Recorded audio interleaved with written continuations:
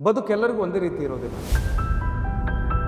ಸುಖದ ಸುಪ್ಪತ್ತಿಗೆಯಲ್ಲಿರೋನಿಗೆ ಬದುಕಿನ ಕಷ್ಟ ನೋವುಗಳ ಪರಿಚಯ ಇರೋದಿಲ್ಲ. ಇವರು 14ನೇ ವಯಸ್ಸಿನಲ್ಲೇ ಬಸ್ಸಿನ ಎಣ್ಣೆಯ ಡಬ್ಬಿಯ ಮೇಲೆ ಕೂತು ಬೊಂಬೈ ಕಡೆಗೆ ಪ್ರಯಾಣ ಮಾಡಿದರು. ಅವತ್ತಿನಿಂದ ಇವತ್ತಿನವರೆಗೆ ಇವರು ಕಟ್ಟಿರೋದು ಬದುಕಲ್ಲ, ಒಂದು ದೊಡ್ಡ ಸಾಮ್ರಾಜ್ಯ. ಓದೋದಕ್ಕೆ ದುಡ್ಡಿಲ್ಲ ಅನ್ನೋ ಕಾರಣಕ್ಕೆ ಊರು ಬಿಟ್ಟವರು ಇವತ್ತು ಅದೇ ಶಾಲೆಯನ್ನ ದತ್ತು ಪಡೆದು ಅಲ್ಲಿನ ನೂರಾರು ವಿದ್ಯಾರ್ಥಿಗಳಿಗೆ ವಿದ್ಯಾರ್ಜನೆಯನ್ನ ಮಾಡುವ ಪುಣ್ಯ ಕೈಂಕರ್ಯದಲ್ಲಿ ತೊಡಗಿಸಿಕೊಂಡಿದ್ದಾರೆ. ಯಾವ ಉದ್ದಿಮೆಯಿಂದ ಒಂದು ಹೊತ್ತಿನ ಊಟವನ್ನ ಸಂಪಾದಿಸ್ತಾ ಇದ್ರೋ ಇವತ್ತು ಅದೇ ಉದ್ದಿಮೆಯ ಮುಖಾಂತರ ಅದೆಷ್ಟೋ ಕುಟುಂಬಗಳಿಗೆ ಬೆಳಕಾಗಿದ್ದಾರೆ. ಅವರೇ ಗೋವಿಂದ ಬಾಬು ಪೂಜಾರಿ. ಶೆಫ್ಟಾಕ್ ಅನ್ನುವಂಥ ಸಂಸ್ಥೆಯನ್ನ ಕಟ್ಟಿ ನೂರಾರು ಜನರ ಬದುಕಿಗೆ ಬದುಕನ್ನು ಕಲ್ಪಿಸಿಕೊಟ್ಟಿದ್ದಾರೆ. ಒಂದು ಕಡು ಬಡ ಕುಟುಂಬದಲ್ಲಿ ಹುಟ್ಟಿರೋದು. ಸಣ್ಣವನಿರುವಾಗ ಶಾಲೆಗೆ ಹೋಗ್ಬೇಕಿದ್ರ ಮೊದಲೇ ತಾಯಿ ಜೊತೆಗೆ ಹೊಲಕ್ಕೆ ಹೋಗ್ತಾ ಇದ್ದೆ. ಇಲ್ಲಿಂದ ಒಂದು 15 ಕಿಲೋಮೀಟ್ರ್ 2-3 ಗುಡ್ಡಿ ಹತ್ತಿ ಹೊಲಕ್ಕೆ ಹೋಗಬೇಕು. ಕಣ್ಣೀರು ಬರ್ತಾಯಿತ್ತು ಹೊಲದಿಂದ ಬರುವಾಗ. ಸಡನ್ಲಿ ಒಂದು ಊರಿಂದ ಕಾಲ್ ಬರುತ್ತೆ, ನನ್ನ ತಮ್ಮ ತೆಂಗಿನ ಮರದಿಂದ ಬಿದ್ದು ಡೆತ್ ಆದ. ಜನರಲ್ ಸ್ಟೋರಲ್ಲಿ ನಾನು ಏನು 5 ವರ್ಷ ದುಡ್ದಿದ್ದೇನೆ ಅದೇನು ಉಳಿಲೇ ಇಲ್ಲ, ಪೂರ ಲಾಸ್ ಆಗಿ ಟೋಟಲಿ ಕ್ಲೋಸ್ ಆಗಿ ಪುನಃ ನಾನು ಅಲ್ಲಿಗೆ ಬಂದ್ಬಿಟ್ಟೆ. ಒಂದು ದಿನ ರಾತ್ರಿ ಅಂಧೇರಿ ರೈಲ್ವೆ ಸ್ಟೇಷನಲ್ಲಿ ಮನೆಗೆ ಹೋಗ್ದೇನೆ ಅಲ್ಲೇ ಮಲಗಿ ದಿನ ತೆಗೆದಿದ್ದೇನೆ. ದೈವ ಪಂಜುರ್ಲಿ ಕೋಟಿ ಚೆನ್ನೈಯವರು ಎದುರು ಈ ವಿಷಯನ ಇಟ್ಟಾಗ, ನೀನು ಪುನಃ ಮುಂಬೈಗೆ ಹೋಗು, ನಿನ್ನ ಹಿಂದೆ ನಾನೇ ಬರ್ತೇನೆ. ಒಂದು ಲಡ್ಡು ತಗೊಳ್ಲಿಕ್ಕಿದ್ದು ಪೂರ ತಡ್ಪಾಯಿಸಿದೆ ನಾನು. ಅಷ್ಟು ನನಗೊಂದು ಲಡ್ಡುಗೆ ಇಷ್ಟನಲ್ಲಿ ತೊಂದರೆ ಕೊಟ್ಟೆ. ಅದೇ ತಿರುಪತಿಯಲ್ಲಿ ನನಗೆ ಅದೇ 2 ವರ್ಷ ಬಿಟ್ಟು 3 ದೊಡ್ಡ ಹೋಟ್ಲ್ ಟೆಂಡರ್ ನನಗೆ ಸಿಕ್ಕಿದೆ. ಕರ್ನಾಟಕ ಸರ್ಕಾರ ಒಂದು ಇಂದಿರಾ ಕ್ಯಾಂಟೀನ್ ಅಂತ ಯೋಜನೆ ಮಾಡುತ್ತೆ. ನನಗೆ 100 ಕ್ಯಾಂಟೀನ್ ಕೊಡಿ, ನಿಮಗೆ 100% ಸರ್ವಿಸ್ ಕೊಡಲಿಲ್ಲ ಅಂದರೆ ನನ್ನಲ್ಲಿರೋ ಬ್ಯಾಂಕ್ ಗ್ಯಾರಂಟಿ ನೀವು ತಗೊಳ್ಳಿ. ಮಿನಿಮಮ್ ಒಂದು 10,000 ಜನರಿಗೆ ಕೆಲಸ ಕೊಡಬೇಕನ್ನೋದೇ ನನ್ನ ಆಸೆ. ಅಂದರೆ ಅದು ದೈವ ಇಚ್ಛೆ.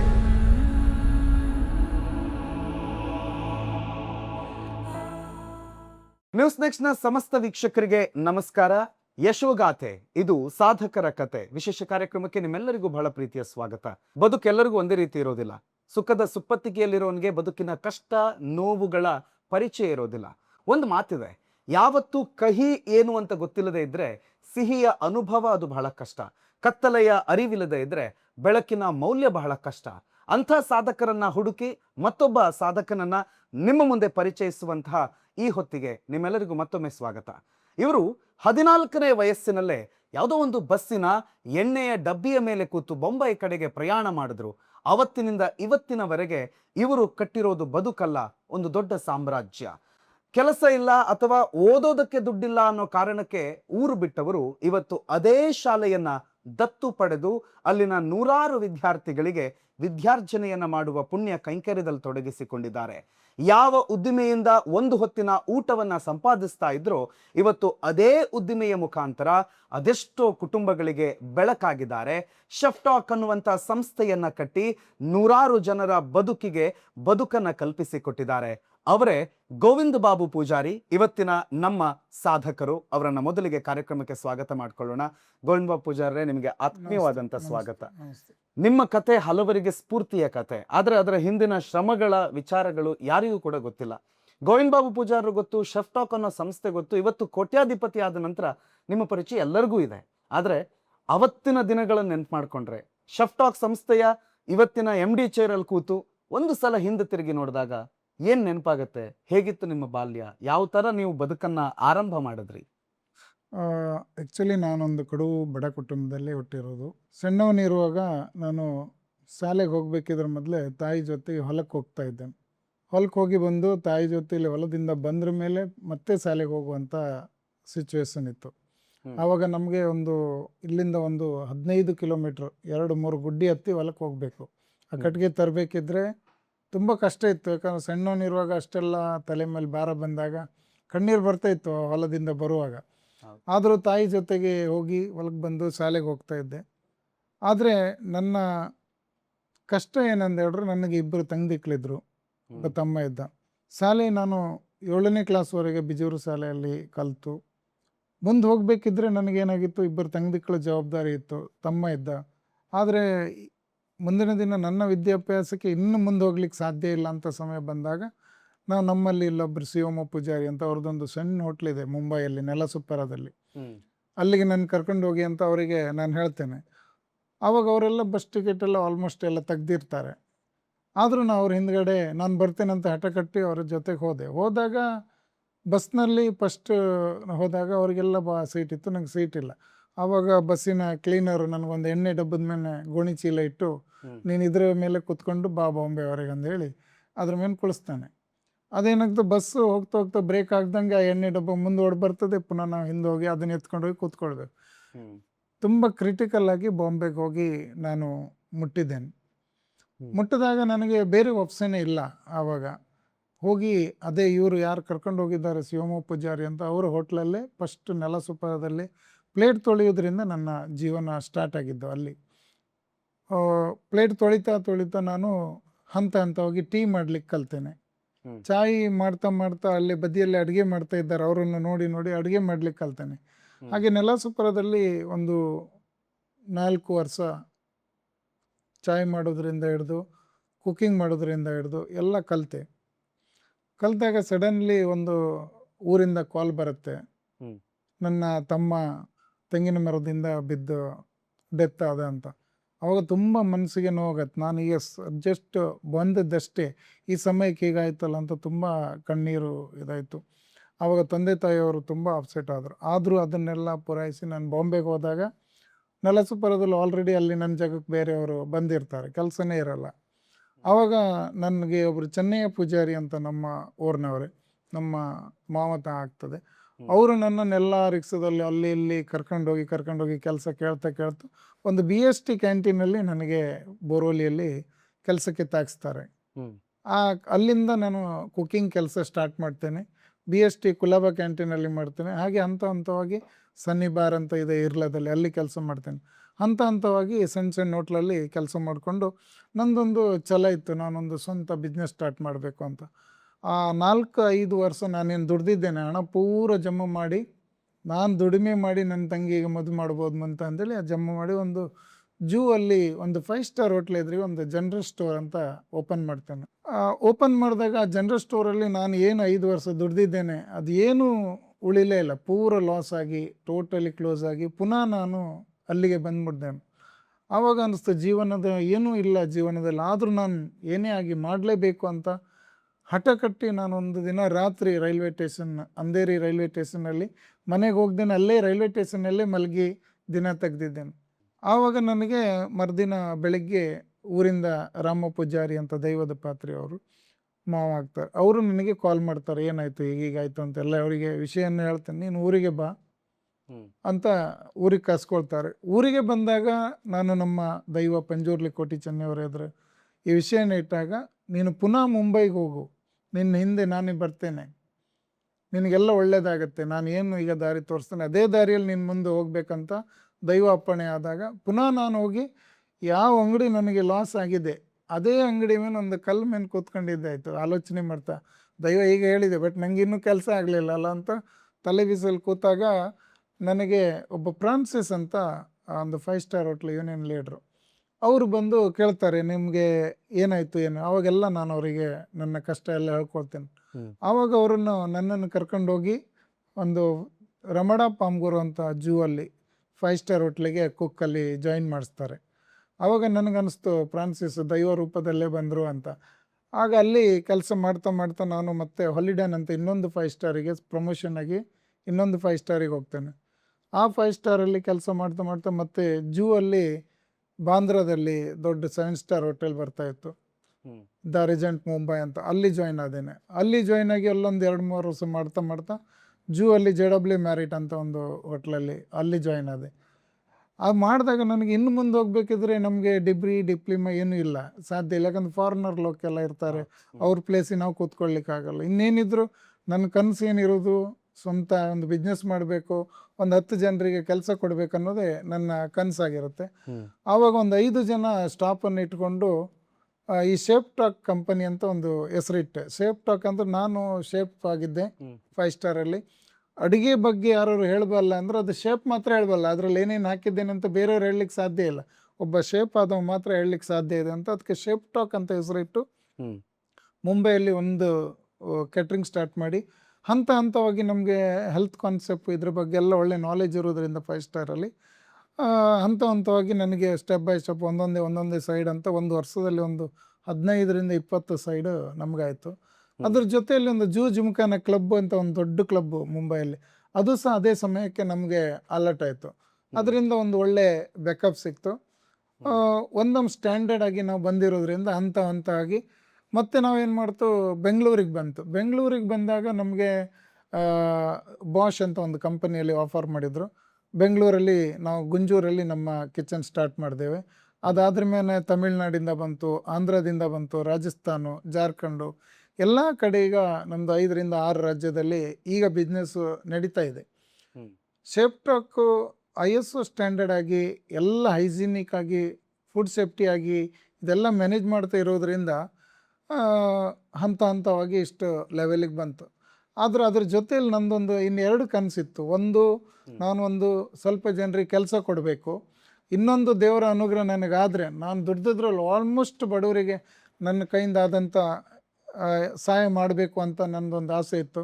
ಆದರೆ ಇವತ್ತು ದೊಡ್ಡ ರೀತಿಯಲ್ಲಿ ಅಂದರೆ ಶೇಪ್ ಟಾಕ್ ಅಂದರೆ ಒಂದು ಟಾಪ್ ಲೆವೆಲ್, ಈಗ ಇಂಡಿಯಾದಲ್ಲಿ ನೀವು ನೋಡ್ಲಿಕ್ಕೆ ಹೋದ್ರೆ ಕಾರ್ಪೊರೇಟ್ ಕ್ಯಾಟ್ರಿಂಗಲ್ಲಿ 4ನೇ 5ನೇ ಸ್ಥಾನದಲ್ಲಿ ಶೇಪ್ ಟಾಕ್ ಇದೆ. ಅಷ್ಟು ದೊಡ್ಡ ರೀತಿಯಲ್ಲಿ ಮಾಡಿದ್ದೇವೆ. ಆದರೆ ಅದನ್ನು ಇನ್ನೂ ಒಂದು 3-4 ಸ್ಟೇಟಿಗೆ ತಗೊಂಡು ಹೋಗ್ಬೇಕನ್ನೋದು ನಮ್ಮ ಆಸೆ ಇದೆ. ಆದರೆ ಅದ್ರ ಜೊತೆಯಲ್ಲಿ ಈಗ ಏನು ನಾವು ಸೋಷಲ್ ವರ್ಕ್ ಚಾರಿಟಿ ಏನು ಮಾಡ್ತಾ ಇದ್ದೇವೆ, ತುಂಬ ಜನ ಬಡವರಿಗೆ ಮನೆ ಕಟ್ಕೊಡ್ತಾ ಇದ್ದೇವೆ. ತುಂಬ ಮಕ್ಕಳು, 45 ಮಕ್ಕಳನ್ನು ನಾವು ದತ್ತು ತಗೊಂಡು ಆ ತಂದೆ ತಾಯಿ ಇಲ್ಲದ ಮಕ್ಕಳಿಗೆ ಒಂದು ಎಜುಕೇಷನ್ ಕೊಡೋದು ಅಂದ್ರೆ ದೊಡ್ಡ ಖುಷಿ. ಆ ಮಕ್ಕಳು, ಅದರಲ್ಲಿ ಒಂದು ಹುಡುಗಿ IAS ಮಾಡ್ತಾ ಇದ್ದಾಳೆ ಈಗ. ಆದರೆ ಅದ್ರ ಜೊತೆಯಲ್ಲಿ ಏನಾಗಿದೆ, ನಾನು ಕಲ್ತಂಥ ಶಾಲೆ 40 ನಮ್ಮ ಮಕ್ಕಳಿದ್ದ 60 ಮಕ್ಕಳಿದ್ದಂಥ ಈ ಶಾಲೆ, ಒಂದು ಸಮಯದಲ್ಲಿ ನಾವೆಲ್ಲ ಕಲಿಯುವಾಗ 1000 ಮಕ್ಕಳಿದ್ದಂಥ ಆ ಶಾಲೆ 60 ಮಕ್ಕಳಿಗೆ ಬಂದದ್ದನ್ನು ನೋಡಿ ನನಗೆ ಬೇಜಾರಾಗಿ ಆ ಶಾಲೆನ 100% ನಾನು ದತ್ತು ತಗೊಂಡು ಏನು ಇಂಗ್ಲೀಷ್ ಮೀಡಿಯಮಲ್ಲಿ ಏನೇನು ಫೆಸಿಲಿಟಿ ಸಿಗ್ತದೆ ಟೋಟಲ್ ಅಲ್ಲಿ ಎಲ್ಲ ಫೆಸಿಲಿಟಿ ಕೊಟ್ಟು ಇವತ್ತು ಅಲ್ಲಿ 60 ಮಕ್ಕಳಿಂದ 250 ಮಕ್ಕಳಾಗಿದ್ದಾರೆ. ಅದೊಂದು ಖುಷಿ. ಯಾಕಂದರೆ ನಮ್ಮೂರು, ನಮ್ಮ ಶಾಲೆ, ನಾವು ಕಲಿತ ಶಾಲೆ ಹೇಗೆ ದೈವಸ್ಥಾನವೋ ಹಾಗೆ ಶಾಲೆ ಒಂದು ದೇವಸ್ಥಾನ. ಆದ್ದರಿಂದ ಅದನ್ನು ಉಳಿಸುವಂಥ ಕೆಲಸ ನಾವು ಮಾಡ್ತಾ ಇದ್ದೇವೆ. ಅದಲ್ಲದೆ ಮೆಡಿಕಲ್ಲಿ ತುಂಬ ಜನ ನಮ್ಮಲ್ಲಿ ಹೆಲ್ಪ್ ಕೇಳಲಿಕ್ಕೆ ಬರ್ತಾರೆ. ಹಾರ್ಡ್ಲಿ ಎಮರ್ಜೆನ್ಸಿ ಯಾರು ಆಸ್ಪತ್ರೆಯಲ್ಲಿ ಇದ್ದರೂ ಸಹ ಅದಲ್ಲದೆ ಬೇರೆ ಬೇರೆ ರೀತಿಯಲ್ಲಿ ನಾನೇ ಪರ್ಸ್ನಲಿ ಹೋಗಿ ಕೊಡ್ತೇನೆ. ಅಂಥ ಒಂದು ಸಿಚುವೇಷನಲ್ಲಿ ಯಾರೋ ಎಮರ್ಜೆನ್ಸಿ ಆಸ್ಪತ್ರೆಗೆ ಇದ್ದರೆ ಡೈರೆಕ್ಟ್ ಡೊನೇಟ್ ಮಾಡ್ತೇವೆ. ಅದಲ್ಲದೆ ವೃದ್ಧಾಶ್ರಮ, ಅನಾಥಾಶ್ರಮಕ್ಕೆ ಬೇರೆ ಬೇರೆ ರೀತಿಯಾದಂಥ ಇದೆಲ್ಲ ಚಾರಿಟಿ ನಾವು ಮಾಡ್ತಾ ಇದ್ದೇವೆ. ಒಂದು ಖುಷಿ ಆಗುತ್ತೆ. ಯಾಕಂದರೆ ನಮಗೆ ದೇವ್ರು ಏನೂ ಆ ಸಮಯದಲ್ಲಿ ಏನೂ ಇಲ್ಲ ಇತ್ತು, ಇವತ್ತೆಲ್ಲ ದೇವ್ರು ಕೊಡ್ತಾ ಇದ್ದಾನೆ. ಅದ್ರ ಜೊತೆಯಲ್ಲಿ ನಾವು 4 ಜನರಿಗೆ ಸಹಾಯ ಮಾಡ್ತಾಯಿರೋ ಅವರೆಲ್ಲರ ಆಶೀರ್ವಾದ ನಮ್ಮ ಜೊತೆಗಿರಲಿ. ಅದಲ್ಲದೆ 4-5 ಸಾವಿರ ಜನ ಮಕ್ಕಳಿಗೆ ಕೆಲಸ ಕೊಟ್ಟಿದ್ದೇನೆ. ಲಾಸ್ಟ್ ಟೈಮ್ ಒಂದು ಜಾಬ್ ಫೇರ್ ನಾವು ಮಾಡಿದ್ದೆ ಆಯಿತು. ಒಂದು 5500 ಮಕ್ಕಳು ಆ ಜಾಬ್ ಫೇರಲ್ಲಿ ಭಾಗಿಯಾಗಿದ್ದಾರೆ. ಅದ್ರ ಒಂದು ಖುಷಿ ಏನಂದರೆ ಆ ದಿನ ಮಿನಿಮಮ್ 2ರಿಂದ 2200 ಮಕ್ಕಳಿಗೆ ಜಾಬ್ ಅಲರ್ಟ್ ಆಯಿತು. ಅದೊಂದು ದೊಡ್ಡ ಖುಷಿ. ಅಂಥದ್ದೆಲ್ಲ ಯಾಕಂದರೆ ಒಬ್ಬರಿಗೆ ನಾವು ಹೀಗೆ ಹಣ ಕೊಡೋದಕ್ಕಿಂತ ಅವರಿಗೊಂದು ಜಾಬ್ ಮಾಡಿಕೊಟ್ಟು ಅಥವಾ ಒಂದು ಸಣ್ಣ ಉದ್ಯಮ ರೀತಿಯಲ್ಲಿ ಅವ್ರಿಗೆ ಹೆಲ್ಪ್ ಮಾಡಿದರೆ ಅದು ಅವರ ಜೀವನ ಮಾಡ್ಕೊಳ್ಳಿಕ್ಕೆ ಒಂದು ದಾರಿ ಮಾಡಿಕೊಟ್ಟ. ಇದರಲ್ಲೆಲ್ಲ ನಾವು ತುಂಬ ಖುಷಿ ಪಡುವಂಥ ವಿಷಯ. ಶೇಪ್ ಟಾಕ್ ಇವತ್ತು ಒಂದು ದಿನಕ್ಕೆ 2 ಲಕ್ಷ ಮೀಲ್ಸ್ ನಾವು ತೆಗಿತಾ ಇದ್ದೇವೆ. ಅದಲ್ಲದೆ ಹೋಟೆಲ್ ಬಿಸ್ನೆಸ್ ಇದೆ, ಮ್ಯಾನುಫ್ಯಾಕ್ಚರಿಂಗ್ ಬಿಸ್ನೆಸ್ ಇದೆ, ಚಿಕ್ಕಿ ಚಕ್ಲಿ ಇದೆಲ್ಲ ನಾವು ನಮ್ಮ ಊರಲ್ಲಿ ಆರೆಂಜಲಲ್ಲಿ ಈ ಫ್ಯಾಕ್ಟ್ರಿ ಮಾಡಿದ್ದೇವೆ. ಅಲ್ಲಿ ಒಂದು ತುಂಬ ಜನ ಮಹಿಳೆಯರಿಗೆಲ್ಲ ಕೆಲಸ ಸಿಕ್ಕಿದೆ, ಅದೊಂದು ಖುಷಿ ಇದೆ. ಅದಲ್ಲದೆ ಈಗ 5 ರಾಜ್ಯದಲ್ಲಿ ಇದ್ದಾರೆ. ನಮ್ಮ ಸ್ಪೆಷಲಿ ನಮ್ಮ ದಕ್ಷಿಣ ಕನ್ನಡದವರೇ ನನ್ನ ಅನಿಸಿಕೆ 1500 ಜನ 1000 ಜನ ಕೆಲಸ ಮಾಡ್ತಾ ಇದ್ದಾರೆ. ಅದು ತುಂಬ ಖುಷಿ ಆಗುತ್ತೆ. ಮುಂದಿನ ದಿನ ಶೇಪ್ ಟಾಕನ್ನು ಪ್ಯಾನ್ ಇಂಡಿಯಾ ಈ ಕಂಪನಿ ಮಾಡಬೇಕಂತ ಹೋಗ್ತಾ ಇದ್ದೇನೆ. ಅದೆಷ್ಟೋ MNC ಅಥವಾ ದೊಡ್ಡ ದೊಡ್ಡ IT ಕಂಪ್ನಿಯಲ್ಲಿ ಇರುವಂಥ ಲಕ್ಷ ಸಂಬಳ ತಗೊಳ್ಳೋರು ಒಂದು ಹೊತ್ತಿನ ಊಟದಲ್ಲಿ ಹೊಟ್ಟೆ ತುಂಬಿಸ್ಕೊಳ್ಳೋದು ನಿಮ್ಮ ಶೆಫ್ ಟಾಕಿಂದ. ಹೌದು, ಅದು ಎಲ್ಲರಿಗೂ ಗೊತ್ತಿದೆ. ಆದರೆ ಕರ್ನಾಟಕ ಸರ್ಕಾರ ಒಂದು ಇಂದಿರಾ ಕ್ಯಾಂಟೀನ್ ಅಂತ ಯೋಜನೆ ಮಾಡುತ್ತೆ. ಆದರೆ ಅದನ್ನು ನಡೆಸ್ಕೊಳ್ಳೋದಕ್ಕೆ ಸರ್ಕಾರಕ್ಕೆ ಆಗೋದಿಲ್ಲ. ಆ ಟೈಮಲ್ಲಿ ಗೋವಿಂದ ಬಾಬು ಪೂಜಾರು ಮತ್ತು ಅವರ ಶೆಫ್ ಟಾಕ್ ಇಂದಿರಾ ಕ್ಯಾಂಟೀನ್ ಕೈ ಹಿಡಿಯುತ್ತೆ. ಆ ಇಂದಿರಾ ಕ್ಯಾಂಟೀನ್ ಅನ್ನೋ ಕಾನ್ಸೆಪ್ಟ್ನ ಮುಖಾಂತರ ಅದೆಷ್ಟೋ ಜನ ಬಡವರಿಗೆ 5 ರೂಪಾಯಿಗೆ ತಿಂಡಿ, 10 ರೂಪಾಯಿಗೆ ಊಟ ಸರ್ಕಾರ ತಾನು ಕೊಟ್ಟಿದೆ ಅಂತ ಹೇಳಿದ್ರು ಕೂಡ ಗೋವಿಂದ ಬಾಬು ಪೂಜಾರರು ಸ್ವತಃ ಆಸಕ್ತಿ ಇಟ್ಟು ಆ ಇಂದಿರಾ ಕ್ಯಾಂಟೀನ್ ಅನ್ನು ನಡೆಯೋಗ್ ಮಾಡಿದ್ರಿ. ಆ ಇಂದಿರಾ ಕ್ಯಾಂಟೀನ್ ಕತೆ ನೆನ್ಪು ಮಾಡ್ಕೊಂಡ್ರೆ. ಇಂದಿರಾ ಕ್ಯಾಂಟೀನು 2017ರಲ್ಲಿ ಅದು ಟೆಂಡರ್ ಬಂದಿತ್ತಾಯ್ತು. ಬಡವರಿಗೋಸ್ಕರ ಫಸ್ಟ್ ಅದ್ರ ಹೈಲೈಟೇ ಮಾಡಿದ್ದು ಬಡವರಿಗೋಸ್ಕರ ಈ ಕ್ಯಾಂಟೀನು ಅಂತ. ಯಾಕೆ ನಾವು ಬಡವರಿಗೆ ಆಲ್ರೆಡಿ ಇಷ್ಟೆಲ್ಲ ಸೇವ್ ಮಾಡ್ತಾ ಇದ್ದೆ, ಇದು ಬಡವರಿಗೋಸ್ಕರ ಬಂದಿರೋದು, ಇದ್ರಲ್ಲಿ ನಾವು ಯಾಕೆ ಭಾಗಿಯಾಗಬಾರ್ದು ಅಂತ ಇಂದಿರಾ ಕ್ಯಾಂಟೀನ್ ನಾವು ಟೆಂಡರನ್ನು ಹಾಕ್ತೇವೆ. ಹಾಕಿದಾಗ ಒಂದು 22 ಟೆಂಡರು ಅದರಲ್ಲಿ ಭಾಗಿಯಾಗಿರ್ತಾರೆ. ಆದರೆ ನಮ್ಮ ಸ್ಟ್ಯಾಂಡರ್ಡು, ನಮ್ಮ ಫುಡ್ ಸೇಫ್ಟಿ ಇದೆಲ್ಲ ಕಮಿಷನರು ಮತ್ತು ಇವರೆಲ್ಲ ಬಂದು ನೋಡಿದಾಗ ಶೆಫ್ ಟಾಕ್ ನಂಬರ್ 1ನಲ್ಲಿ ಅವರು ಚಾಯ್ಸ್ ಮಾಡಿದರು.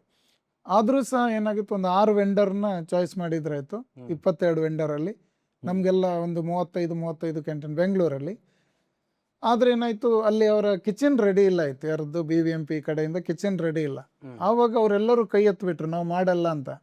ಆವಾಗ ನನಗೆ ಕಮಿಷನರ್ ಮತ್ತು ಸೆಕ್ರೆಟರಿ ಸರ್ ಇವರೆಲ್ಲ ಕೇಳಿದರು, ನೀವು ಏನು ಮಾಡ್ಬೋದು ಈಗ ಅಂತ. ನಾನು ಅವ್ರಿಗೆ ಹೇಳಿದ್ದೇನೆ, ಸರ್ ನಾನು ನಿಮಗೆ 100% ಕೊಡ್ತೇನೆ ಅಂತ ಹೇಳಿದೆ. ನನಗೆ 100 ಕ್ಯಾಂಟೀನ್ ಕೊಡಿ, ನಿಮಗೆ 100% ಸರ್ವಿಸ್ ಕೊಡಲಿಲ್ಲ ಅಂದರೆ ನನ್ನಲ್ಲಿರೋ ಬ್ಯಾಂಕ್ ಗ್ಯಾರಂಟಿ ನೀವು ತಗೊಳ್ಳಿ ಅಂತ ಅವ್ರಿಗೆ ಚಾಲೆಂಜಸ್ ಆಗಿದೆ. ಆವಾಗ ಇಮ್ಮಿಡಿಯೇಟು ಕಮಿಷನರು ನನಗೆ 110 ಕ್ಯಾಂಟೀನನ್ನು ಅಲರ್ಟ್ ಮಾಡ್ರು. ವಿದೌಟ್ ಕಿಚನ್ನು ಪೂರಾ ಬೆಂಗಳೂರಲ್ಲಿ ಸರ್ವಿಸ್ ಕೊಡೋದಂದ್ರೆ ತುಂಬ ಚಾಲೆಂಜಸ್ ಇತ್ತು. ಆವಾಗ ನಾವು ಆದಷ್ಟು ಹತ್ತಿರದಿರುವಂಥ ಹಾಲ್ ಅವರ ಕಿಚನನ್ನು ಬಾಡಿಗೆಯಲ್ಲಿ ತಗೊಂಡು ಒಂದು 3 ತಿಂಗಳವರೆಗೆ ಅವರಿಗೆ ಅದೇ ಥರ ಸರ್ವಿಸ್ ಕೊಡ್ತು. ಆದರೆ ಎಲ್ಲೂ ಒಂದು ರೀತಿಯಲ್ಲಿ ಯಾವುದೇ ರೀತಿಯಲ್ಲಿ ಕಾಂಪ್ರಮೈಸ್ ಮಾಡಿಲ್ಲ. ಇದು ಬಡವರ ಕ್ಯಾಂಟೀನು, ಬಡವರ ಊಟ ಅಂತ.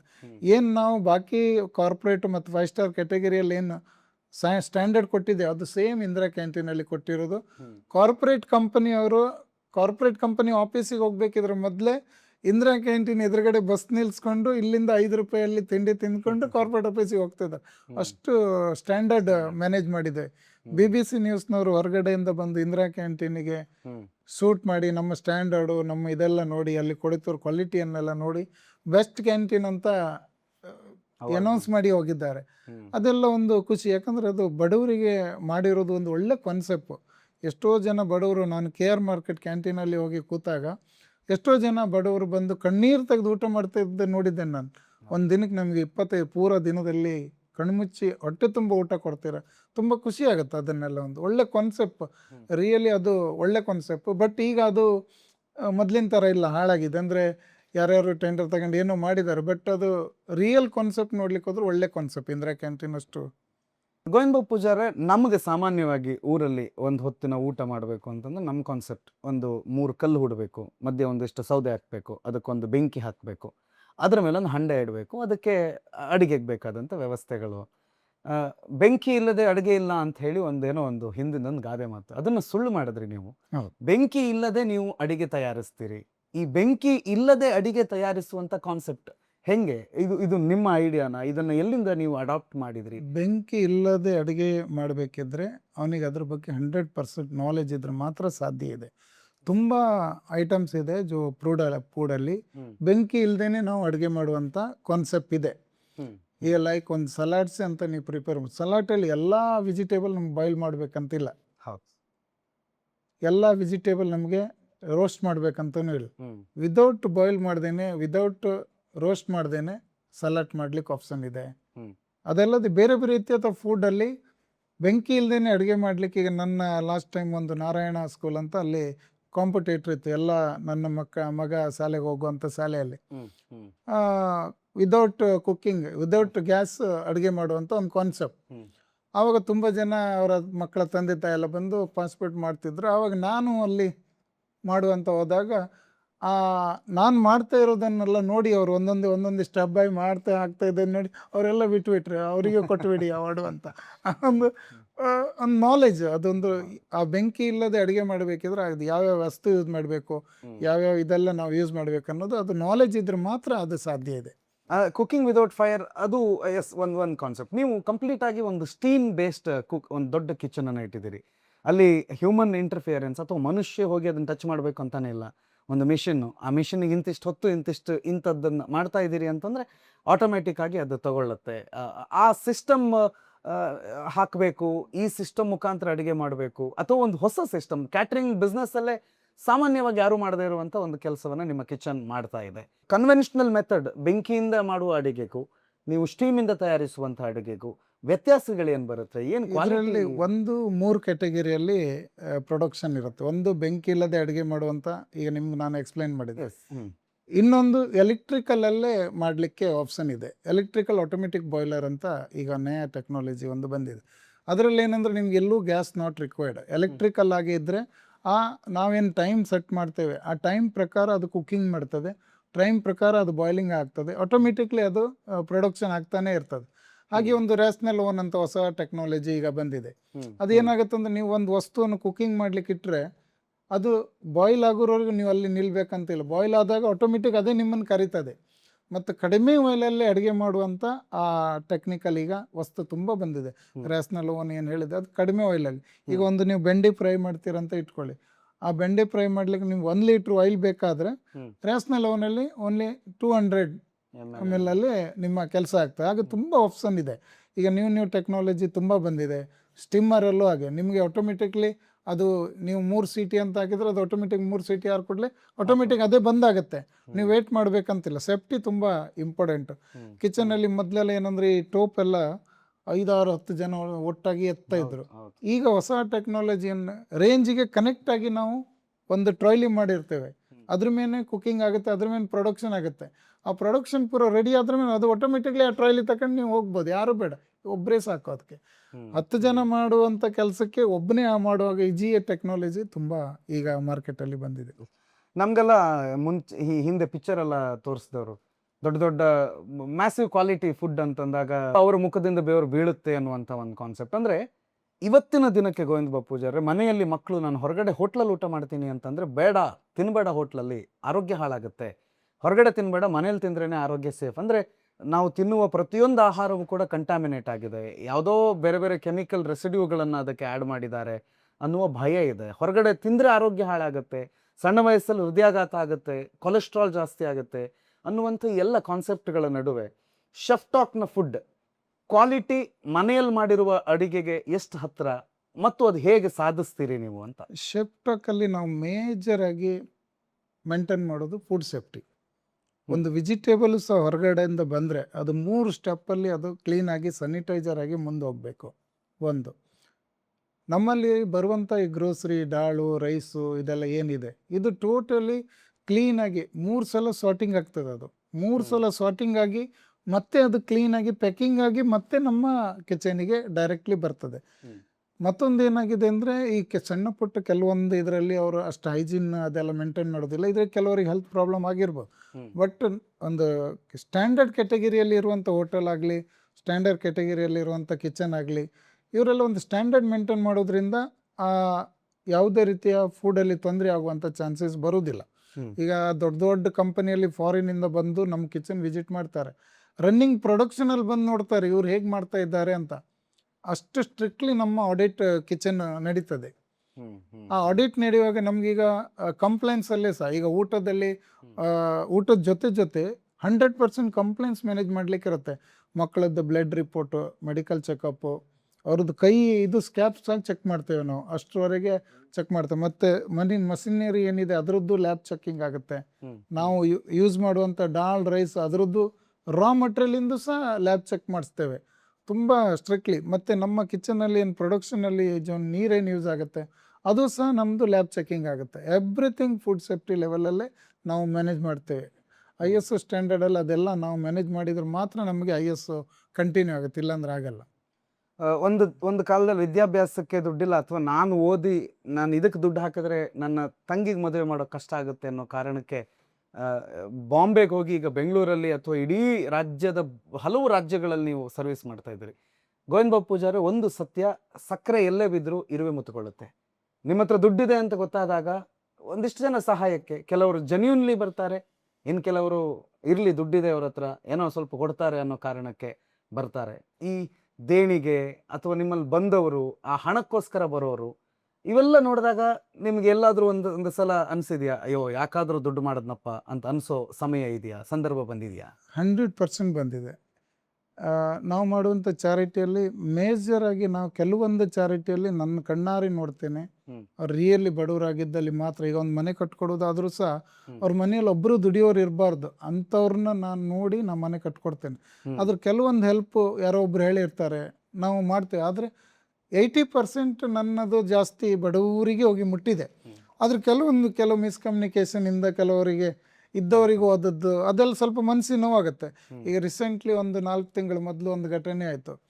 ಬ್ರಹ್ಮಾವರ ಭಾಗದಿಂದ ಒಬ್ಬರು ನನಗೆ ಫೋನ್ ಮಾಡಿ ಒಂದು ಫೋಟೋ ಕಳಿಸಿದ್ರು, ಒಂದು ತಾಯಿ ಆಸ್ಪತ್ರೆಯಲ್ಲಿ ಇದ್ದದ್ದು ಒಂದು ಫೋಟೋ. ಅವರು ಅದರಲ್ಲಿ ಏನು ಹೇಳಿದರು ಅಂದರೆ, ನನಗೊಬ್ಬರು ಅವ್ರ ಹತ್ರದವ್ರೊಬ್ಬರು ಪರಿಚಯ, ನನ್ನ ತಾಯಿ ಆಸ್ಪತ್ರೆಯಲ್ಲಿ ಸೀರಿಯಸ್ ಇದೆ, ನಾನೊಂದು ಹಿಂದೆ ಮುಂದೆ ನೋಡಿ, ನಾನು ಆಲ್ಮೋಸ್ಟ್ ನನ್ನ ದಕ್ಷಿಣ ಕನ್ನಡದಲ್ಲಿ ಜಾಸ್ತಿ ಹೆಲ್ಪ್ ಅಂತ ಗ್ರೂಪ್ ಮಾಡ್ರು ಫಸ್ಟ್ ನನ್ನೇ ಆ್ಯಡ್ ಮಾಡ್ತಾರೆ ಅದರಲ್ಲಿ. ತೋ ಇಮಿಡಿಯೇಟ್ ನಾನೊಂದು 25,000 ಹಾಕ್ತೇನೆ. ಬಟ್ ಹಾಕಿ ಒಂದು 3 ತಿಂಗಳು 2 ತಿಂಗಳು ಆದ್ರ ಮೇಲೆ ಅವ್ರ ಹತ್ರ ಇರೋ ಒಬ್ಬರಿಗೆ ಕೇಳ್ತೇನೆ, ನಾನು ಇಂಥ ಒಂದು ಬಂದಿದ್ದೆ, ನಾನೊಂದು 25,000 ಮೆಡಿಕಲಿ ಹೆಲ್ಪ್ ಮಾಡಿದ್ದೆ ನಾನು. ಆವಾಗ ಎದುರು ನಾವು ಹೇಳ್ತಾನೆ, ಇಲ್ಲ ಅವ್ನ ತಾಯಿ ತೀರಿ ಹೋಗಿ 3 ವರ್ಷ ಆಯಿತು, ಈಗ ಎಲ್ಲಿಂದ ಬಂದರು ಅಂತ.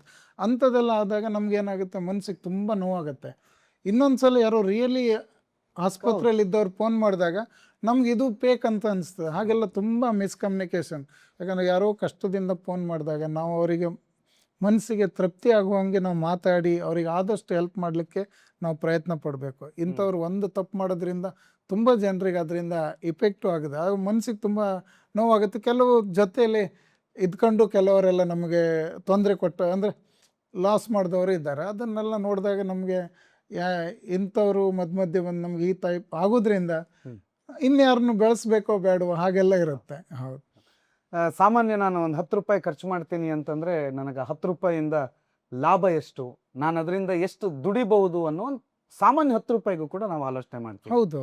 ಗೋವಿಂದ ಬಾಬು ಪೂಜಾರರು ಇಷ್ಟೆಲ್ಲ ಸಮಾಜಕ್ಕೆ ಮಾಡ್ತಿದ್ದಾರೆ ಅಂತಂದ್ರೆ ಅವ್ರದ್ದೇನೋ ಒಂದು ಮಹತಾಸೆ ಇರಬೇಕು, ಅವ್ರೇನೋ ಒಂದು ಉದ್ದೇಶ ಇಟ್ಕೊಂಡು ಇಷ್ಟೆಲ್ಲ ಸಮಾಜಕ್ಕೆ ಮಾಡ್ತಾರೆ. ಇಲ್ಲ ಅಂದ್ರೆ ಸುಮ್ಮನೆ ಯಾರಾದರೂ ಸಮಾಜಕ್ಕೆ ದೊಡ್ಡ ಬಡವರಿಗೆ ಅಂತ ಕೊಡೋದಕ್ಕೆ ಆ ಮನುಷ್ಯನಿಗೆ ಏನು ತಲೆ ಸರಿ ಇಲ್ವಾ ಅನ್ನೋದೊಂದು ಸಾಮಾನ್ಯವಾದಂಥ ಕಾನ್ಸೆಪ್ಟ್. ಆ ರೀತಿ ಗೋವಿಂದ ಬಾಬು ಪೂಜಾರಿಗೆ ತನ್ನ ಬಿಸ್ನೆಸ್, ತನ್ನ ಕುಟುಂಬ ಬಿಟ್ಟು ಮತ್ತೇನಾದರೂ ದೊಡ್ಡ ಮಹದಾಸೆ ಇದೆಯಾ? ಈ ಚಾರಿಟಿ ಎಲ್ಲ ಅದಕ್ಕೆ ನಡೀತಾ ಇದೆ ಅನ್ನುವಂಥ ಕೆಲವರ ಪ್ರಶ್ನೆ ಇದ್ರೆ ಅದಕ್ಕೆ ನಿಮ್ಮ ಉತ್ತರ ಏನು? ಕಳೆದ 12 ವರ್ಷದಿಂದ ಈ ಚಾರಿಟಿ ನಾನು ಮಾಡ್ತಾ ಇದ್ದೇನೆ. 2012-2013 ವರಲಕ್ಷ್ಮಿ ಚಾರಿಟೇಬಲ್ ಟ್ರಸ್ಟನ್ನು ಉದ್ಭವ ಮಾಡಿದ್ದು. 12 ವರ್ಷ ಮೊದಲೇ ಅಗರ್ ಇದನ್ನು ಮಾಡ್ತಾಯಿದ್ದೆ, ಕಂಟಿನ್ಯೂ ಮಾಡ್ತಿದ್ದೆ ಅಂದರೆ ಯಾವುದೇ ರೀತಿ ಒಂದು ಆಸೆ ಇಟ್ಕೊಂಡಲ್ಲ, ಯಾವುದೇ ಒಂದು ರಾಜಕೀಯವಾಗಿ ಅಥವಾ ಯಾವುದೋ ಒಂದು ಆಸೆ ಇಟ್ಕೊಂಡಲ್ಲ. ನನಗೆ ಬಂದ ಕಷ್ಟ ಇನ್ನೊಬ್ರಿಗೆ ಬರಬಾರ್ದು, ಎಷ್ಟು ಜನರಿಗೆ ನಾನು ಮುಟ್ಸ್ಲಿಕ್ಕಾಗತ್ತೆ, ಎಷ್ಟು ಜನರು ಕಣ್ಣೀರು ಒರೆಸ್ಲಿಕ್ಕಾಗತ್ತೆ, ಎಷ್ಟು ಜನರ ವಸ್ತುವನ್ನು ನಾನು ನಿಭಾಯಿಸೋಕ್ಕಾಗ್ತದೆ, ನಾನು ಮಾಡಬೇಕು ಅಂತ ಒಂದು ಕಾನ್ಸೆಪ್ಟಲ್ಲಿ ಇದನ್ನು ಮಾಡ್ತಾ ಬಂದಿದ್ದೇನೆ. ಮುಂದೆ ಇದು ಕಂಟಿನ್ಯೂ ಇರುತ್ತೆ. ಅದಲ್ಲದೆ ಕೆಲವ್ರ ಕಾನ್ಸೆಪ್ಟ್ ಇರುತ್ತೆ, ಇವು ಓನ್ಲಿ ರಾಜಕೀಯಕ್ಕೋಸ್ಕರ ಚಾರಿಟಿ ಮಾಡ್ತಾ ಇದ್ದಾನೆ ಅಂತ. ರಾಜಕೀಯಕ್ಕೋಸ್ಕರ ಚಾರಿಟಿ ಮಾಡಿದ್ರೆ ಒಂದು 2-3 ವರ್ಷದಿಂದ ಮಾಡ್ಬೋದಿತ್ತು, 12 ವರ್ಷದಿಂದ ಮಾಡ್ತಾ ಇದ್ದೆ. ಈಗಲೂ ಸಹ ನಮ್ಮದು ಯಾವುದೇ ಒಂದು ಚಾರಿಟಿ ಕಡಿಮೆ ಆಗಲಿಲ್ಲ, ಮುಂದುವರಿಸ್ತಾನೆ ಇದ್ದೆ. ನಾನು ಬಾಂಬೆಯಲ್ಲಿ ಇರುವಾಗಲೂ ಸಹ ನೈಟ್ ಸ್ಕೂಲಿಗೆ ಹೋಗೋ ಮಕ್ಕಳಿಗೆ ಏನು ಹೆಲ್ಪ್ ಬೇಕು, ಯಾಕಂದ್ರೆ ಅವ್ರು ಬೆಳಿಗ್ಗೆ ಹೋಟ್ಲಲ್ಲಿ ಕೆಲಸ ಮಾಡಿ ರಾತ್ರಿ ಶಾಲೆಗೆ ಹೋಗೋರು, ಅವ್ರ ಹತ್ರ ಏನೂ ಇರಲ್ಲ, ಅಂಥ ಮಕ್ಕಳಿಗೆಲ್ಲ ಬೆಕಪ್ ಆಗಿ ನಿಂತಿದ್ದಾನೆ. ಅಂದ್ರೆ ನನ್ನ ಕಾನ್ಸೆಪ್ಟ್ ಇರೋದು 4 ಜನರಿಗೆ ಹೆಲ್ಪ್ ಮಾಡಬೇಕು, 4 ಜನರ ಕಣ್ಣೀರು ಒರೆಸ್ಬೇಕು ಅನ್ನೋದೇ ಬಿಟ್ಟರೆ ಹಾಗೆ ದೊಡ್ಡ ರೀತಿಯ ಬೇರೆ ಆಸೆ ಇಟ್ಕೊಂಡು ನಾವು ಇದನ್ನ ಮಾಡ್ತಾ ಇಲ್ಲ. ಬಾಕಿ ಅದಾಗೆ ಬಂದರೆ ಅದು ದೈವ ಇಚ್ಛೆ. ಎಂಥದ್ದೇ ಸಾಧನೆ ಮಾಡಬೇಕು ಅಂತಂದ್ರೆ ಸಾಮಾನ್ಯವಾಗಿ ಮನೆಯಲ್ಲಿ ನಮ್ಗೆ ಅಂಥದ್ದೇ ಆದಂಥ ಒಂದು ಸಪೋರ್ಟ್ ಬೇಕು. ಊರು ತುಂಬ ನಾವು ದಾನ ಅಥವಾ ಧರ್ಮ ಮಾಡಿ ಮನೆಗೆ ಬಂದಾಗ ಕಿರಿಕಿರಿ ಆದರೆ ಯಾಕಾದರೂ ಮಾಡ್ತೀನಿ ಅನ್ನೋ ಮನಸ್ಸಾಗುತ್ತೆ. ಆದರೆ ಗೋವಿಂದ ಬಾಬು ಪೂಜಾರರ ಧರ್ಮಪತ್ನಿ ಅವರ ಧರ್ಮ ಕಾರ್ಯಗಳ ಜೊತೆಗೆ ಕೈ ಹಿಡಿದು ನಿಂತಿದ್ದಾರೆ. ಅದಕ್ಕೋಸ್ಕರ ಗೋವಿಂದ ಬಾಬು ಪೂಜಾರಿಗೆ ಈ ಧಾರ್ಮಿಕ ಕೆಲಸಗಳನ್ನು ಮಾಡೋದಕ್ಕೆ ಶಕ್ತಿ ಸಿಕ್ಕಿದೆ ಅಂತ. ನಿಮ್ಮ ಕುಟುಂಬ, ನಿಮ್ಮ ಪತ್ನಿಯ ಬಗ್ಗೆ, ನಿಮ್ಮ ಮನೆ, ನಿಮ್ಮ ಸಂಸಾರದ ಬಗ್ಗೆ? ನಮ್ಮ ಪತ್ನಿಯ ಬಗ್ಗೆ ಹೇಳೋದಾದರೆ ಅವಳೊಂದು ಲಕ್ಷ್ಮಿ ಥರ. ಅವಳು ಕಾಲಿಟ್ರ ಮೇಲಂತೂ ಮತ್ತೆ ಇಂಪ್ರೂವ್ಮೆಂಟ್ ಆಯಿತು. ಯಾರಿಗೂ 1 ರೂಪಾಯಿ ಕೊಡಬೇಡಿ ಅಂತ ಅವಳ ಬಾಯಿಂದ ಇವತ್ತಿನವರೆಗೂ ಬಂದದ್ದಿಲ್ಲ. ನಾವು ಎಷ್ಟೇ ಚಾರಿಟಿ ಮಾಡ್ರು ಬಡವರಿಗೆ ಕೊಡಿ, ಎಷ್ಟಷ್ಟು ನೀವು ಬಡವರಿಗೆ ಕೊಡ್ತಾ ಹೋಗಿ ಅಂತಲೇ ಅವಳ ಬಾಯಿಂದ ಬರುತ್ತೆ. ಇನ್ನು ಇವತ್ತಿನವರೆಗೂ ಅವ್ರಿಗೆ ಕೊಡಬೇಡಿ, ಇವ್ರಿಗೆ ಕೊಡಬೇಡಿ, ಇದು ಮಾಡಬೇಡಿ ಅನ್ನೋದು ಅವಳ ಬಾಯಲ್ಲಿ ಬರಲಿಲ್ಲ. ಮತ್ತೊಂದು, ನಾವು 4 ಜನರಿಗೆ ಕಣ್ಣೀರು ಒರೆಸೋಕ್ಕೆ ನಾವು ಹೊರಟಾಗ ಕೆಲವೊಂದು ನಮ್ಮ ಸುಖವನ್ನು ನಾವು ಬಿಟ್ಕೊಡ್ಬೇಕು, ಇದು ಸತ್ಯ. ಯಾಕಂದರೆ ನಮಗೆ ತುಂಬ ಡಿಸ್ಟರ್ಬ್ ಇರ್ತದೆ, ತುಂಬ ಬಿಸ್ನೆಸ್ ಪ್ರೆಷರ್ ಇರುತ್ತೆ, ಚಾರಿಟಿ ಪ್ರೆಷರ್ ಇರುತ್ತೆ, ಬೇರೆ ಬೇರೆ ರೀತಿಯಾದ, ಈಗ ನಾವೆಲ್ಲ ಹೋಗ್ಲಿಕ್ಕಾಗಲ್ಲ ಹೊರಗಡೆ, ಎಲ್ಲ ಪ್ರೆಷರ್ ಇರೋದ್ರಿಂದ ನಮ್ಮ ಖುಷಿ ಸ್ವಲ್ಪ ನಾವು ಕಡಿಮೆ ಮಾಡಿಕೊಂಡು ಎದುರಿನವರ ಖುಷಿಗೆ ಅವ್ರ ಕಣ್ಣೀರು ಒರೆಸೋಕ್ಕೋಸ್ಕರವಾದಾಗ ನಾವು ಅದನ್ನು ಒಪ್ಪಲೇಬೇಕು. ಯಾಕಂದರೆ ಒಂದು ನಾನು ನನ್ನ ಹೆಂಡತಿ ನನ್ನ ಮಕ್ಕಳು ಅದರಲ್ಲೇ ಇರಬೇಕು. 4 ಜನರಿಗೆ ನಾವು ಖುಷಿ ಕೊಡ್ತೇವಂತ ಹೋದಲ್ಲಿ ನಮ್ಮ ಸ್ವಲ್ಪ ಖುಷಿಯನ್ನು ನಾವು ಬಲಿದಾನ ಮಾಡಲೇಬೇಕು. ಆದರೆ ನನ್ನ ವೈಫು ನನಗೆ ಎಲ್ಲ ಇದರಲ್ಲೂ ಸಪೋರ್ಟಾಗಿ ನಿಂತಿದ್ದಾರೆ. ಅದೊಂದು ದೊಡ್ಡ ಖುಷಿ. ನಿಮ್ಮ ದಿನಚರಿ ಹೇಗೆ? ಬೆಳಿಗ್ಗೆಯಿಂದ ಸಂಜೆವರೆಗೆ ಗೋವಿಂದ ಬಾಬು ಪೂಜಾರು ಎಷ್ಟು ಕಾಲ ಮನೇಲಿ ಇರ್ತಾರೆ, ಎಷ್ಟು ಕಾಲ ಆಫೀಸಲ್ಲಿ ಇರ್ತಾರೆ, ಮತ್ತು ಈ ಇಡೀ 24 ಗಂಟೆ 16 ಗಂಟೆ ಓಡಾಟದ ಸಮಯದಲ್ಲಿ ಏನೇನು ಮಾಡ್ತಾರೆ? ನಾನು ಬೆಳಿಗ್ಗೆ ಒಂದು 5:30 6 o'clock ಎದ್ದು ಸ್ವಲ್ಪ ವಾಕಿಂಗ್ ಎಲ್ಲ ಮಾಡಿ ಸ್ವಲ್ಪ ಆದರೆ ಎಕ್ಸಸೈಸ್ ಮಾಡಿಕೊಂಡು ಸ್ವಲ್ಪ ರೆಡಿಯಾಗಿ ದೇವರ ಪೂಜೆ ಮಾಡಿರ ಮೇಲೆ ನನ್ನ ಮನೆಯಿಂದ ಹೊರಡೋದು. ದೇವರ ಪೂಜೆ ಮಾಡಿ ಆಫೀಸಿಗೆ ಹೊರಡ್ತೇನೆ. ಮೇಜರಾಗಿ ಎಲ್ಲ ಕಡೆ ಮೀಟಿಂಗ್ ಇದ್ದೇ ಇರುತ್ತೆ. ಒಂದು 3-4 ಕಂಪನಿಯಲ್ಲಿ ರೆಗ್ಯುಲರ್ ಮೀಟಿಂಗ್ ಇರುತ್ತೆ. ಬಟ್ ಜಾಸ್ತಿ ನಾನು ಔಟ್ಸೋರ್ಸ್ ಹೊರಗಡೆನೇ ಜಾಸ್ತಿ ಇರ್ತೇನೆ. ಮುಂಬೈಗೆ ಹೋಗ್ಲಿಕ್ಕಿರುತ್ತೆ, ತಮಿಳ್ನಾಡು, ದಿಲ್ಲಿ, ಬೇರೆ ಬೇರೆ ಕಡೆ ಎಲ್ಲ ಮೀಟಿಂಗ್ ಇರೋದ್ರಿಂದ ಕೆಲವು ಸಲ ಮನೆಯಲ್ಲೇ ಕಡಿಮೆ ಇರ್ತೇನೆ, ಹೊರಗಡೆ ಜಾಸ್ತಿ ಇರ್ತೇನೆ. ಆದರೆ ಮನೆಯಲ್ಲಿದ್ದಾಗ ಎಲ್ಲಾದರೂ ಒಂದು ಸಂಡೇ ಅಂತ ಬಂದರೆ ನಾನು ಶೇಪ್ ಆಗಿರೋದ್ರಿಂದ ನಮ್ಮ ಫ್ಯಾಮಿಲಿಗೆ ನಾನೇ ಅಡುಗೆ ಮಾಡಿ ಬಡಿಸ್ತೇನೆ. ಅದೊಂದು ಖುಷಿ. ಅಂದ್ರೆ ನಿಮ್ಮ ಮನೆಯಲ್ಲಿ ನಿಮ್ಮ ಕೈ ರುಚಿನೇ ಬಹಳ ಚಂದ. ನಾನು ಯಾವಾಗ ಸಂಡೇ ಇರ್ತೇನೆ ಅಂತ ನನ್ನ ಮಕ್ಕಳು ಕಾಯ್ತಾನೆ ಇರ್ತಾರೆ. ಅಪ್ಪ ಏನ್ ಸ್ಪೆಷಲ್ ನೀವು ಕುಕ್ ಮಾಡುವಂತ ನಿಮ್ಗೆ ಬಹಳ ಇಷ್ಟ ಆದಂತ ಯಾವ್ದಾದ್ರು ಒಂದು ಡಿಶ್ ಹೇಳಿ. ನಾನು ಮೇಜರ್ ಆಗಿ ನಾನು continental and cold section food ಅಲ್ಲಿ ಸ್ಪೆಷಲಿಸ್ಟು. ಬಟ್ ಸ್ಪೆಷಲಿ ಜಾಸ್ತಿ ನಮ್ಮ ಮನೆಯಲ್ಲಿ ನಾನು ಮಾಡೋದು ಬಿರಿಯಾನಿ ತುಂಬಾ ಇಷ್ಟಪಡ್ತಾರೆ ನಮ್ಮ ಮಕ್ಕಳು ಸಹ ನಮ್ಮ ವೈಫು ಸಹ. ಗೋವಿಂದ ಬಾಬು ಪೂಜಾರೆ, ಪ್ರಪಂಚ ಬೆಳೆದಷ್ಟು ಕಾಂಪಿಟೇಷನ್ ಜಾಸ್ತಿ ಆಗುತ್ತೆ. ಶಫ್ ಟಾಕ್ ಪ್ರಾಬ್ಲಿ ಅದು ಹುಟ್ಟುವ ಕಾಲದಲ್ಲಿ ಇಲ್ಲದ ಕಾಂಪಿಟೇಷನ್ ಇವತ್ತು 2026ರಲ್ಲಿ ನಿಮ್ಮ ಕಾಂಪಿಟೇಷನ್ ಇದೆ. ಸುತ್ತಮುತ್ತದ ಬೇರೆ ಬೇರೆ ಇಂಡಸ್ಟ್ರಿಗಳು ಇನ್ನೂ ಒಂದು ಸ್ಟ್ಯಾಂಡರ್ಡ್ ಹೈಟ್ ಮಾಡೋದು, ಅಥವಾ ನಿಮ್ಮ ಸಂಸ್ಥೆಗಿಂತ ಒಂದು ಅಕ್ಕಿ ಕಾಳಷ್ಟಾದ್ರೂ ದೊಡ್ಡದಾಗಿರ್ಬೇಕು ಅಥವಾ ಬೇರೆ ತರ ಮಾಡಬೇಕು ಅನ್ನುವ ಆಲೋಚನೆಗಳಿದೆ. ಈ ಕಾಂಪಿಟೇಟಿವ್ ವರ್ಲ್ಡ್ ಅಲ್ಲಿ ನಿಮ್ಮ ಬಿಸ್ನೆಸ್ ಹೇಗೆ ರನ್ ಆಗ್ತಾ ಇದೆ? ಮೇಜರ್ ಆಗಿ ಮೊದಲಿನ ಕಾಲದಲ್ಲಿ ಏನಿದೆ ಅಂದರೆ ಒಬ್ಬ ಹೈಫೈ ಆಗಿದ್ದ ಒಂದು 4 ಚೈನಕ್ಕೆ ಎದುರೋಗಿ ಕೂತ್ಕೊಂಡ್ರು ಕೂಡ ಕಾಂಟ್ರಾಕ್ಟ್ ಕೊಟ್ಬಿಡ್ತಾ ಇದ್ರು. ಆ ದಿನ ಟೋಟಲಿ ಹೋಗಿದೆ. ಈಗಳಿನ ಕಂಪನಿಯವರು ನಿಮ್ಮ ಕಿಚನ್ ವಿಸಿಟ್ ಮಾಡ್ತಾರೆ, ಕಿಚನ್ ಸ್ಟ್ಯಾಂಡರ್ಡ್ ನೋಡ್ತಾರೆ, ನೀವು 100% ಕಂಪ್ಲೇಂಟ್ಸ್ ಮ್ಯಾನೇಜ್ ಮಾಡ್ತಿದ್ರೆ ಇಲ್ವಾ ಅದನ್ನು ನೋಡ್ತಾರೆ, ಚೆಕ್ ಲಿಸ್ಟ್ ಎಲ್ಲ ಏನೇನೆಲ್ಲ ಮ್ಯಾನೇಜ್ ಮಾಡ್ತಾ ಇದ್ದೀರಾ ಅದ್ರ ಬಗ್ಗೆ ಗ್ರೇಡ್ ಕೊಡ್ತಾರೆ. ಅದೆಲ್ಲ ಗ್ರೇಡ್ ತಗೊಂಡು 100ರಲ್ಲಿ ನಿಮಗೆ 95% ಬಂದ್ರೆ ಮಾತ್ರ ನಿಮಗೆ ವರ್ಕ್ ಅಲರ್ಟ್ ಮಾಡ್ತಾರೆ, ಇಲ್ಲಾಂದರೆ ಮಾಡೋದೇ ಇಲ್ಲ. ಎಷ್ಟೋ ಜನ ಸಣ್ಣ ಪುಟ್ಟ ಕೇಟ್ರಸ್ ಇದ್ದಾರೆ, ಅಂದ್ರೆ ಸಣ್ಣ ಸಣ್ಣ ಕಂಪನಿ ಮಾಡ್ಕೊಂಡವ್ರು. ಬಟ್ ಹೈ ಲೆವೆಲ್ ಕಂಪನಿ ಮಾಡಬೇಕಿದ್ರೆ, ದೊಡ್ಡ ರೀತಿಯ ಕಂಪನಿಗೆ ನೀವು ಹೋಗಬೇಕಿದ್ರೆ ಇದೆಲ್ಲ ಮೇಂಟೈನ್ ಮಾಡಿದ್ರೆ ಮಾತ್ರ ನಿಮಗೆ ಅಲರ್ಟ್ ಆಗುತ್ತೆ, ಇಲ್ಲಾಂದ್ರೆ ಅಲರ್ಟ್ ಆಗೋದೇ ಇಲ್ಲ. ಯಾರೋ ಒಂದು ರಿಫರೆನ್ಸು ಅಥವಾ ಯಾರೋ ಒಂದು ಇದರಲ್ಲಿ ನಿಮ್ಗೆ ಅಲರ್ಟ್ ಆಗೋದಿಲ್ಲ ಕಾರ್ಪೊರೇಟ್ ಕಂಪನಿಯಲ್ಲಿ. ಈ ಫುಡ್ ಅನ್ನುವಂಥದ್ದು ನಮ್ಮ ದಕ್ಷಿಣ ಕನ್ನಡ ಅಥವಾ ಉಡುಪಿ ಭಾಗದವರಿಗೆ ದೇವರು ಕೊಟ್ಟು ವರವೇನು. ಎಲ್ಲೇ ಹೋದ್ರು ಉಡುಪಿ ಉಡುಪಿ ಉಡುಪಿ ಉಡುಪಿ ಹೋಟೆಲ್ ನೋಡ್ತಾರೆ. ಈ ಫುಡ್ ಇಂಡಸ್ಟ್ರಿಗೆ ನೀವು ಕಾಲಿಟ್ಟು ಭಾಳ ವರ್ಷಗಳಾಗಿದೆ. ಯಾವತ್ತಾದರೂ ಒಂದ್ಸಲ ರಿಗ್ರೆಟ್ ಮಾಡಿದ್ದೀರಾ, ನನಗೆ ಈ ಇಂಡಸ್ಟ್ರಿ ಬದಲು ಇನ್ನೊಂದು ಇಂಡಸ್ಟ್ರಿ ಮಾಡಿದರೆ ನಾನು ಚೆನ್ನಾಗಿರ್ತಿದ್ನೇನೋ, ಇದು ಮಾಡಬಾರ್ದಿತ್ತೇನೋ ಅಂತ ಯಾವತ್ತಾದರೂ ತಲೆಗೆ ಹೊಳೆದಿದೆಯಾ? ಹೊಳೆದಿದ್ರೆ ಆ ಕ್ಷಣ ಯಾವುದು? ಇಲ್ಲ, ನನ್ನ ಇದರಲ್ಲಿ ನನಗೆ ಫುಡ್ ಇಂಡಸ್ಟ್ರಿಯಲ್ಲೇ ಖುಷಿ ಕೊಟ್ಟಿದೆ. ಫ್ರಾಂಕ್ಲಿ ನನ್ನ ಗುರುಗಳು ಸಹ ಅದೇ ಹೇಳಿದ್ದಾರೆ, ಕುಡಿಯುವುದು ಮತ್ತು ತಿನ್ನುವುದರಲ್ಲಿ ನೀನು ಬಿಸ್ನೆಸ್ಸಲ್ಲಿ ಯಾವತ್ತೂ ಫೇಲ್ ಆಗಲ್ಲ, ಅದನ್ನು ಹಾಗೆ ಇಟ್ಕೊ ಅಂತ ಹೇಳಿದ್ದಾರೆ. ಬೇರೆ ಬೇರೆ ನನಗೆ ಲೈನಲ್ಲಿ ಆಫರು ತುಂಬ ಜನ ಕೊಟ್ಟಿದ್ದಾರೆ. ಈ ಕನ್ಸ್ಟ್ರಕ್ಷನ್ ಲೆವೆಲಲ್ಲಾಗಲಿ, ಮೂವಿಯಲ್ಲಾಗಲಿ ತುಂಬ ಜನ ಎಲ್ಲ ಬಂದು ಕೇಳಿದ್ದಾರೆ. ಬಟ್ ನನ್ನ ಜಾತಕ ಮತ್ತು ನನ್ನ ಇದ್ರ ಪ್ರಕಾರ ಕುಡಿಯುವುದು ಮತ್ತು ತಿನ್ನುವುದರಲ್ಲೇ ನೀನು ಮುಂದೆ ಹೋಗ್ತೀಯ, ಅದರಲ್ಲೇ ಜಾಸ್ತಿ ಫೋಕಸ್ ಮಾಡುವಂಥ ಗುರುಗಳು ಇರೋದು. ಇವತ್ತಿನವರೆಗೆ ಅದೇ ಬಿಸ್ನೆಸ್ಸಲ್ಲಿ ಫೋಕಸ್ ಮಾಡ್ಕೊಂಡು ಹೋಗಿದ್ದೆ.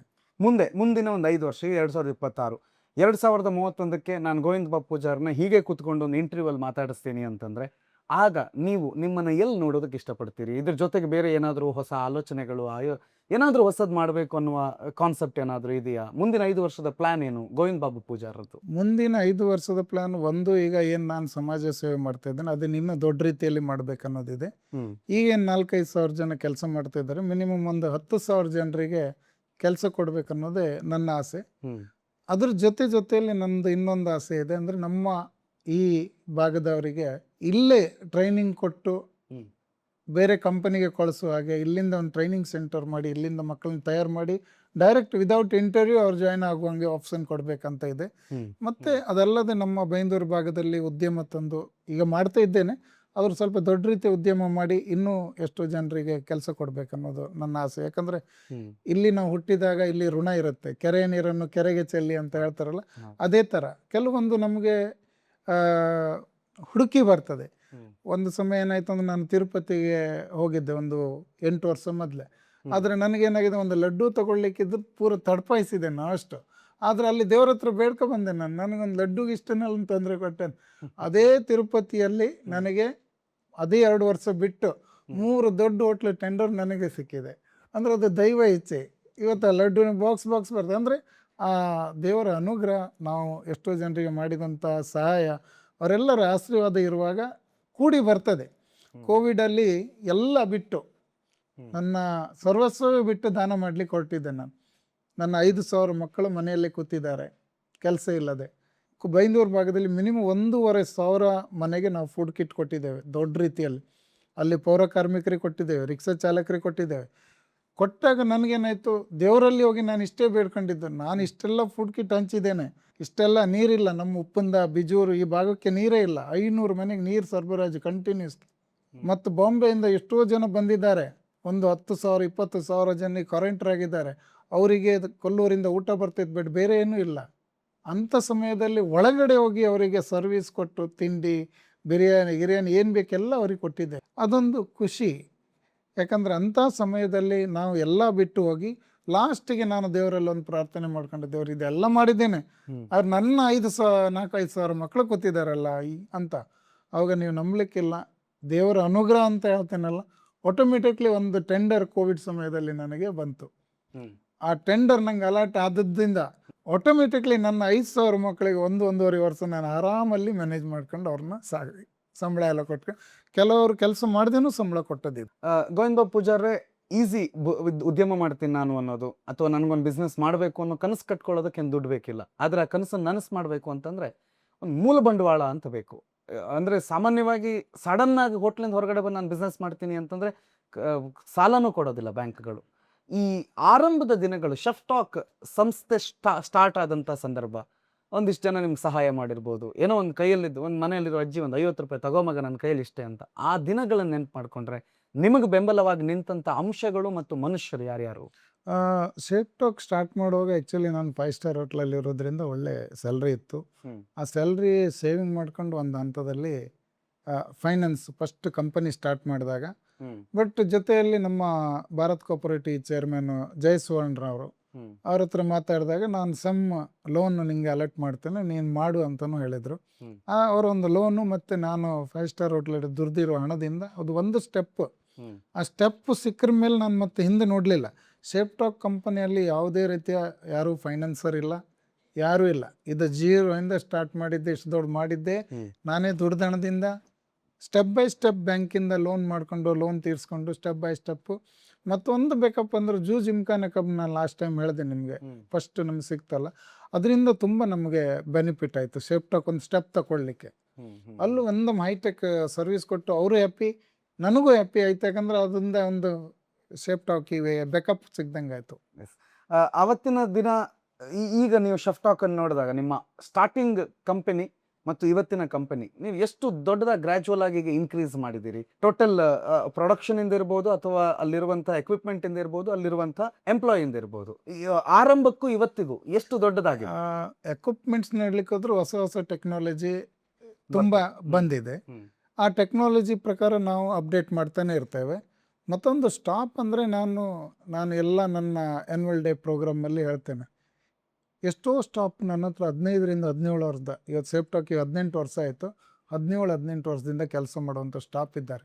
ನಾನು ಅವ್ರಿಗೆ ಯಾವತ್ತೂ ಸ್ಟಾಪ್ ಅಂತ ಹೇಳುವುದೇ ಇಲ್ಲ. ನನ್ನ ಕಂಪನಿಯ ಪಿಲ್ಲರ್ಸ್ ಅವರು, ಒಂದೊಂದು ಪಿಲ್ಲರ್ ಅವರು, ಶೇಪ್ ಟಾಕ್ ಪಿಲ್ಲರ್ ಅಂತಲೇ ಹೇಳೋದು ಅವರಿಗೆಲ್ಲ. ಆದ್ರೆ ಅವರು ನಮ್ಮ ಮನೆ ಫ್ಯಾಮಿಲಿ ಥರ ನೋಡ್ಕೊತ ಇರೋದ್ರಿಂದ, ನೀವು ನಾಳೆಗೆ ಅವ್ರಿಗೆ ಒಂದು 10,000 ಜಾಸ್ತಿ ಸಂಬಳ ಕೊಡ್ತೀವಿ ಅಂದ್ರೆ ಅವ್ರು ಬರಲ್ಲ. ಅಂದರೆ ಅಷ್ಟು ಮನಸ್ಪೂರ್ವಕವಾಗಿ ಅವರನ್ನು ನೋಡ್ಕೊತ ಇದ್ದೀನಿ. ಆ ಕಾರಣದಿಂದ ಅವ್ರು ಹೊರಗಡೆ ಹೋಗಲ್ಲ. ಗೋವಿಂದ ಬಾಬು ಪೂಜಾರ್ರೆ, ಮಾಮೂಲಿಯಾಗಿ ನಾವು ಅನ್ನದಾತೋ ಸುಖಿ ಭವ ಅಂತ ಹೇಳ್ತೀವಿ.